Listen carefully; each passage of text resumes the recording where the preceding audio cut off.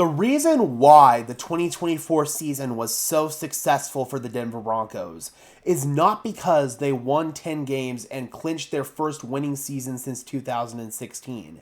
It's not because they clinched their first playoff berth since 2015. It is because they have found their quarterback of the future in Bo Nix. The quarterback drought is finally over, Broncos country, and that is what makes this season so successful. Bo Nix had about as good of a rookie season as you could ask for if you are a Denver Broncos fan. Entering this season, I remember the general consensus was, as long as Bo Nix looks good, it doesn't really matter what happens. If the Denver Broncos win 5 games and Bo Nix looks good, that is a successful season. Well, lo and behold, the Denver Broncos won 10 games, went to the playoffs, and Bo Nix looked good. He was the reason why the Denver Broncos won that many games. Obviously, the defense was also a big contributor, but I can guarantee you if Bo Nix hadn't played as well as he had this season, the Denver Broncos would have been a sub-500 team once again, and it would have been another non-playoff season. If Russell Wilson were still the starting quarterback for this version of the Denver Broncos team, then they still would have been out of the playoffs. It would have been another sub-500 season because Bo Nix elevated the talent around him, and that is what gives me so much optimism heading into 2025 with Bo Nix. We're going to go ahead and do a deep dive into Bo Nix's full rookie season in this video, and let's go ahead and get started with this playoff game. And the stat sheet is not going to indicate how well Bo played in this game. He had several balls that were well placed that ended up getting dropped. The two that really stand out was Courtland Sutton, that throw that was just perfect on the run from Bo Nix. Sutton has to catch it, and he just didn't. It was a terrible drop from Sutton. Then there was another one, I believe it was a third down play to Troy Franklin, where the throw was slightly high, but putting it high was the only place that Bo Nix could place that ball, and he gave Franklin a chance, and Franklin did not help him out. He did not come down with it. We finally saw Bo Nix and Troy Franklin connect on a deep ball on that deep post on the first drive, but outside of that, it just felt like Bo was not getting any help from his receivers. Additionally, he had a couple of balls he had to throw away because nobody was open. So those are good incompletions because he didn't force anything into coverage, didn't put the ball in harm's way. 13 for 22 for 144 yards, 59.1% completion, 1 touchdown, no interceptions, although he could have had one towards the end of the game in garbage time. I'm not counting that as a turnover-worthy play. It was just trying to force the ball at the end of the game when the game was already gone, so I'm not going to put that one on Bo. He did take 2 sacks, passer rating of 93.7, and an ESPN QBR, which factors in passes, runs, and negative plays of 68.4, which is solid. That's above average in the NFL. 4 carries for 43 yards, 10.8 yards per carry on the ground for Bo Nix. I thought that he did everything he could in this game. He did miss that one throw to Devon Vele. It was on a honey hole shot. Vele could have caught it, but it was overthrown by Bo. That's the one miss that sticks out in this game, but aside from that, man, Bo Nix was really strong in this game. He played really well, and it was a perfect capper for what has been a good rookie season for Bo Nix. He got valuable playoff experience against a Buffalo Bills team where they are a championship or bust mentality this year. If they do not reach the Super Bowl, then this season will be a failure for the Bills, and I can almost guarantee you that Sean McDermott is going to get fired.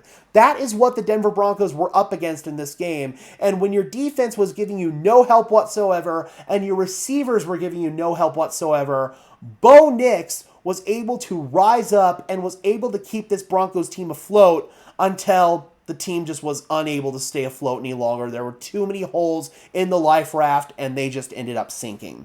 But let's go ahead and break down the full regular season stats for Bo Nix on the season, where you saw a bunch of growth as the season went on. The final regular season stat line, 66.3% completion, 3,775 yards, 29 touchdowns, 12 interceptions, 22 big-time throws, which is 14th in the NFL. He was able to make some big-time plays with his arm. He had a 3.5 big-time throw percentage, which is tied for 18th in the NFL. And considering how low that number had to have been at the beginning of the year, that is a really strong improvement for Bo Nix. He was tied for 8th best in the NFL in terms of turnover-worthy plays. He only had 15 turnover-worthy plays according to PFF, a 2.1 turnover-worthy play percentage, which is 6th best in the NFL. So Bo Nix, in his rookie season, did a really good job of taking care of the football and not putting the football in harm's way. The fact that a rookie quarterback was able to do that is another big reason for optimism heading forward, because rookie quarterbacks typically put the ball in harm's way, and Bo Nix did not do that in his rookie season. I want to talk about the growth from his first month of the season to the final 3 months of the season, where the Denver Broncos were really able to get something going, and they were able to see a bunch of improvement out of Bo Nix. And these numbers are very reflective of that. In weeks 1 through 4, he had a 37.9% offensive success rate, which was 32nd in the NFL. He was down there in Deshaun Watson, Anthony Richardson, Daniel Jones territory. He was 31st in expected points added per play. He was 30th in completion percentage over expected at negative 4.2%. He had 7.9 average air yards per attempt, which was top 10. He was forcing the ball downfield, but it was to the detriment of the team and to the detriment of his numbers, as opposed to the benefit of his numbers. He was forcing the ball into harm's way. Well, in weeks 5 through 18, we saw significant growth in all of these metrics.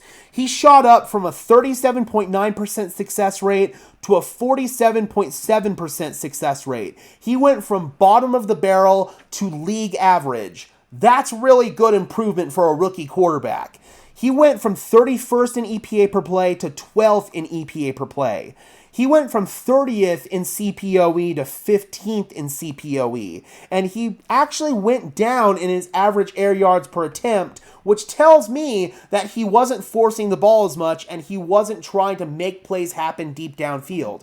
He was taking what the defense was giving him underneath, and I know that doesn't lend well to the check down merchant narrative, but anybody who's watched Bo Nix play, anybody who saw that beautiful deep shot that he threw on that post route to Troy Franklin, anybody who saw that beautiful throw in stride to Marvin Mims for that touchdown, anybody who saw that throw that he made against the Atlanta Falcons, if you tell me that he doesn't have arm strength, you don't know ball. But we saw significant growth in all of these measurable statistics throughout the course of the season, especially after his first month where he worked out a lot of his jitters, a lot of his rookie bugaboos. He only took 26 sacks on the season, which was 5th best in the NFL, behind basically the same offensive line that gave up a bunch of sacks when Russell Wilson was the quarterback. That tells you that sacks are a lot more of a quarterback stat than they are an offensive line stat, and that was very indicative in this game. I want to talk about Bo Nix's numbers when under pressure versus kept clean, because if there is one area where you can say, yeah, Bo Nix definitely needs to get better, it is his numbers under pressure.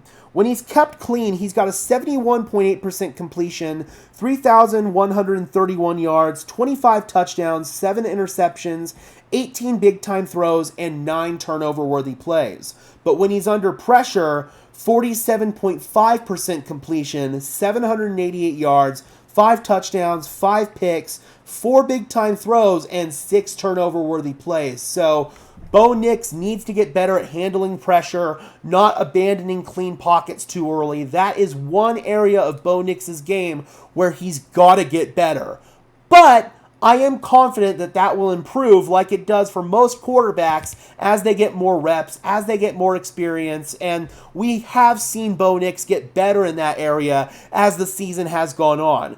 it wasn't nearly as bad as it was at the beginning of the year, which I would imagine tanked a lot of these numbers. These PFF metrics, I can't separate it by week like I was able to with these other metrics from the website rbsdm.com, which provides a lot of other data. I can separate that by weeks. I can't with PFF's data. If I were able to, then I would probably see a big discrepancy in the week 1 through 4 numbers as opposed to the weeks 5 through 18 numbers like we saw in the previous metrics. So again, we've seen that growth from Bo Nix all season long. That's why Sean Payton knows that Bo Nix is his guy moving forward at the quarterback position. And that's why we as Broncos country should be confident in Bo Nix moving forward as the franchise quarterback for this team. All right, Broncos country, what would be your final grade for Bo Nix for his full rookie season? For me, I am giving him a complete solid A. I think that he was really solid this season and did pretty much everything that we needed him to do in year 1. But let me know your thoughts in the comment section below, guys. I would love to hear from you as always. Be sure to leave a like on this video as well as subscribe and ring the bell so these videos appear in your notification feed. I would really appreciate it, guys. Those are both free and easy ways to show your support. Helps tell YouTube's algorithm to push us out, and it helps us get seen by more and more members of Broncos country just like you and me. And until next time, guys, I'm your host, Gage Madrid, saying peace out.